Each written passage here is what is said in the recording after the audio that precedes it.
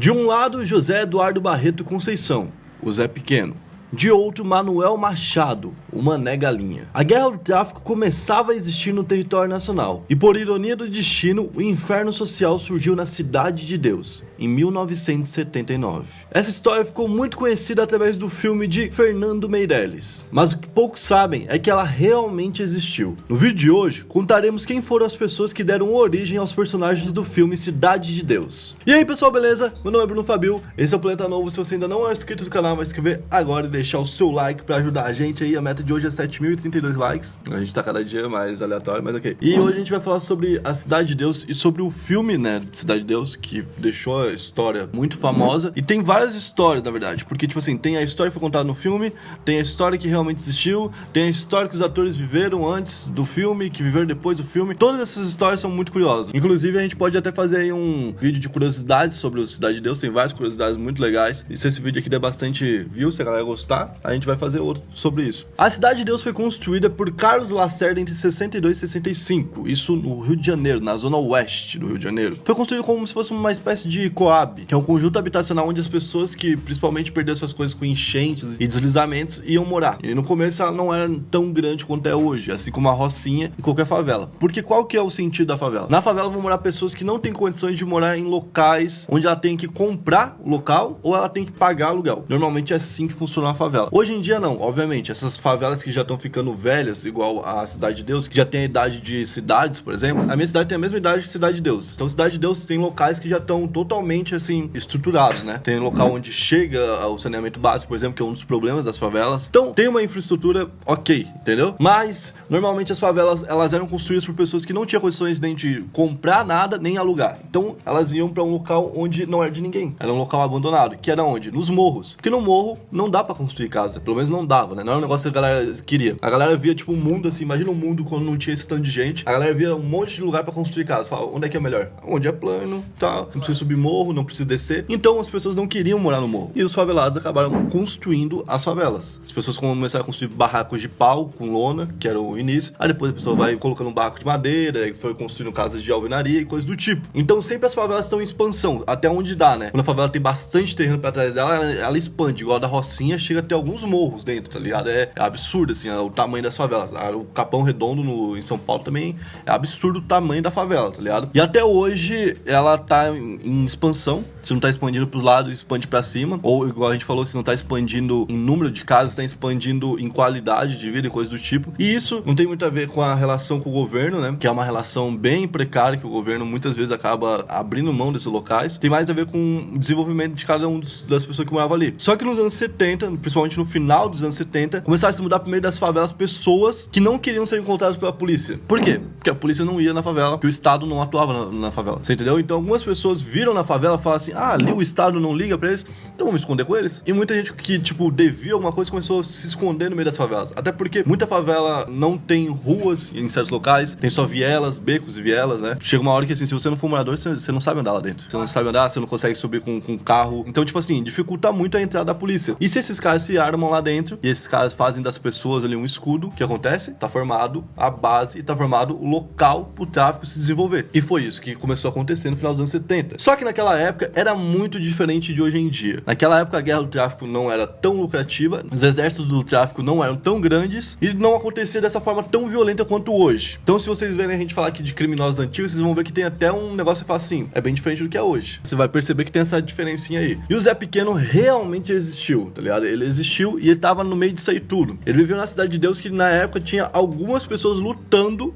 pra ver quem ia ficar com o comando do tráfico de drogas. Isso porque tinha muitas bocas, tá ligado? O Zé Pequeno era uma criança muito pobre e que tinha problemas muito grandes com a família. Isso porque a mãe dele tinha cometido alguns erros durante a vida e coisas do tipo. No filme já começa o primeiro erro, que no filme ele é meio que um órfão, né? Então o filme já começa mostrando uma coisa que não é verdade. No livro, mostra outra coisa. Mostra que a mãe do Zé Pequeno, ela era uma prostituta e que ela cuidava de bordel. Então, tipo, o livro mostra que ela teria envolvimento com prostituição. Por quê? Porque eles queriam que o personagem ficasse cada vez pior. Então eles queriam fazer um personagem que fosse fosse muito ruim e que a sua ruindade fosse justificável. Então o que eles fizeram? Bota que a mãe dele é prostituta, bota as piores coisas possíveis, entendeu? Só que isso não aconteceu de verdade. Tanto é que a mãe dele veio falar sobre a falar, já fiz coisa muito errada na vida, mas nunca fui prostituta. As coisas que foram feitas por Paulo Lins, que foi o cara que fez o livro, eram mentiras. E o livro é o que gerou o filme, né? Por isso eu falo, tem várias etapas até chegar na história, tá ligado? Entre uma história e outra tem várias diferenças. Na época realmente existiu o Tio Ternura, tá ligado? O Tio Ternura é o cabeleiro, o alicate e o marreco. Esses caras viveram ali, tipo, fazendo alguns pequenos assaltos, alguns pequenos roubos dentro da Cidade de Deus na época. E eles tinham acompanhando eles Bené e Dadinho, que são os dois caras que aparecem lá no filme mesmo e tal. E eles estavam o tempo todo acompanhando e vendo os caras e querendo aprender como fazia pra ser igual a eles. Então ali já tava surgindo a primeira escola do tráfico ali dentro da Cidade de Deus. E quando o Zé Pequeno viu aquilo ali, ele logo se identificou, porque ele realmente não tinha uma vida muito boa na vida real. Então ele começou a querer se envolver no crime. Ele começou a querer tocar no poder, entendeu? De alguma forma. Porque tudo pra ele era não, era tapa, era violência,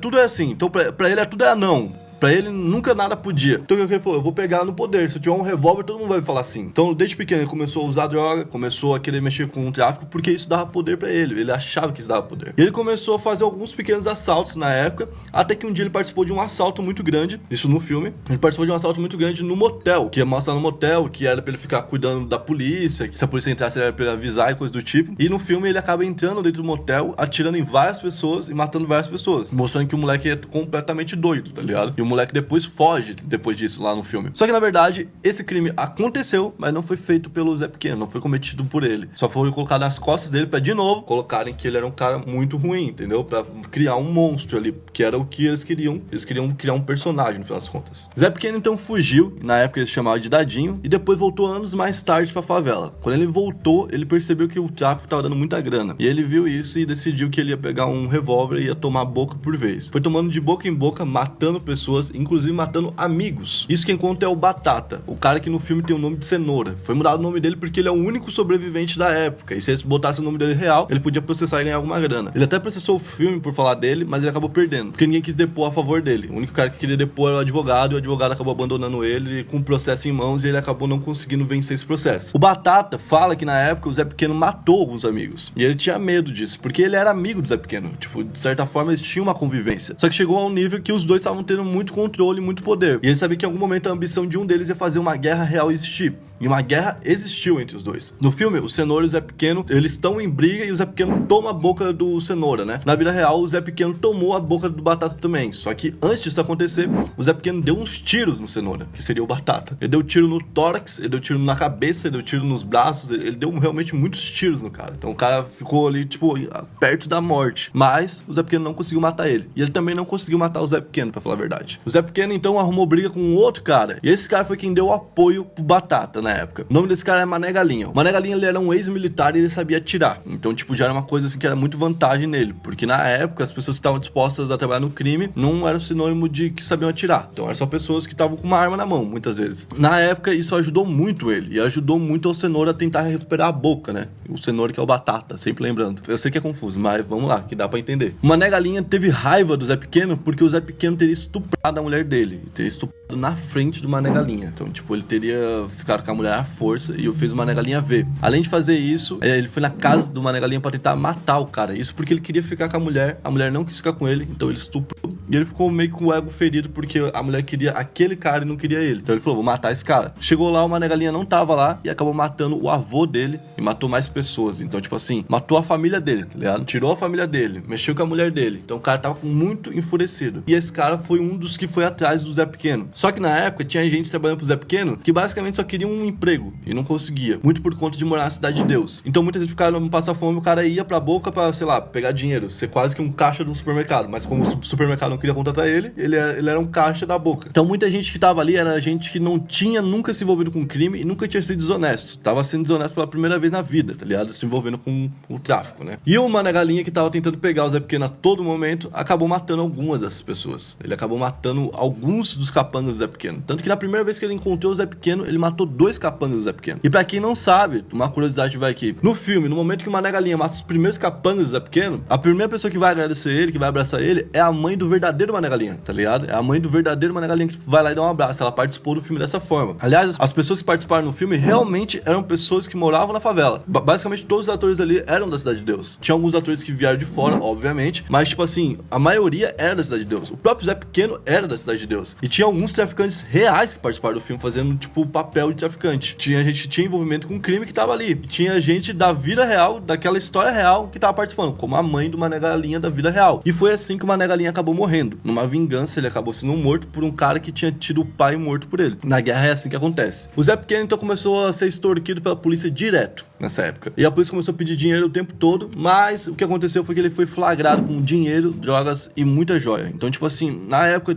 tava aí lá com tudo aquilo, com armas ainda, obviamente. A polícia pegou e fez um flagrante, prendeu ele. Pegou as coisas, obviamente, algumas ficaram no caminho, aí pegou todas as coisas que tinha pra pegar e prenderam o Zé Pequeno. O Zé Pequeno foi então pra cadeia e de dentro da cadeia continuou comandando, de certa forma, o crime do local. E o crime do local foi dividido ali em 3 comandos. Que depois, um tempo depois, esses 3 comandos sentaram e eles falaram assim, cara, vamos viver em paz? Cada um administrando uma área e tudo mais? Vamos viver em paz. Aí os caras começaram a viver em paz. Nisso, o Zé Pequeno ficou sabendo que na Cidade de Deus estava tendo um comando dessa forma. E ele pensou que ia poder voltar para comandar tudo novamente. Mas não foi o que aconteceu. Quando ele voltou para a Cidade de Deus, ele acabou levando um tiro no meio da barriga. Então ele acabou morrendo, tá ligado? O filme mostra que ele morre na mão de umas crianças, né? Inclusive, eram crianças que tinham raiva dele porque ele usava crianças e crianças que não sabiam trabalhar para ele e acabava dando tiro nelas. O que é mentira. Porque na vida real, ele não usava crianças, não aceitava crianças, também não aceitava que usassem droga na frente das crianças, não aceitava que ninguém passasse fumando uma pela Cidade de Deus. Ele pedia um máximo respeito com as pessoas que moravam ali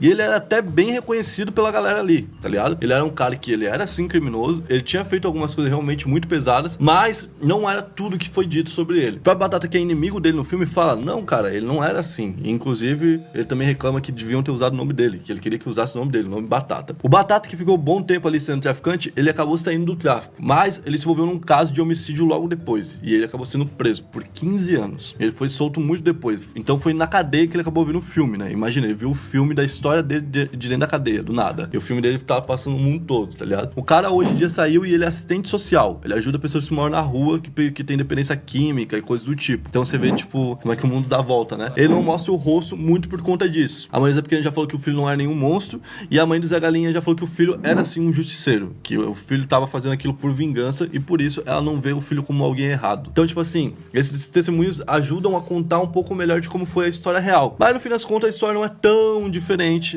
da do filme. Só esses pequenos detalhes. Só que esse pequeno detalhe envolve algumas vidas e coisas do tipo, então a gente tem que corrigir aqui, né? Bom, essa é a história do Zé Pequeno na vida real. Espero que vocês tenham gostado. Se você gostou, deixa seu like, se inscreve aqui no canal pra ajudar a gente, beleza? Esse vídeo aqui bater bastante view, bastante like, bastante comentário, a gente faz aqui as curiosidades sobre a Cidade de Deus. Tamo junto, até a próxima.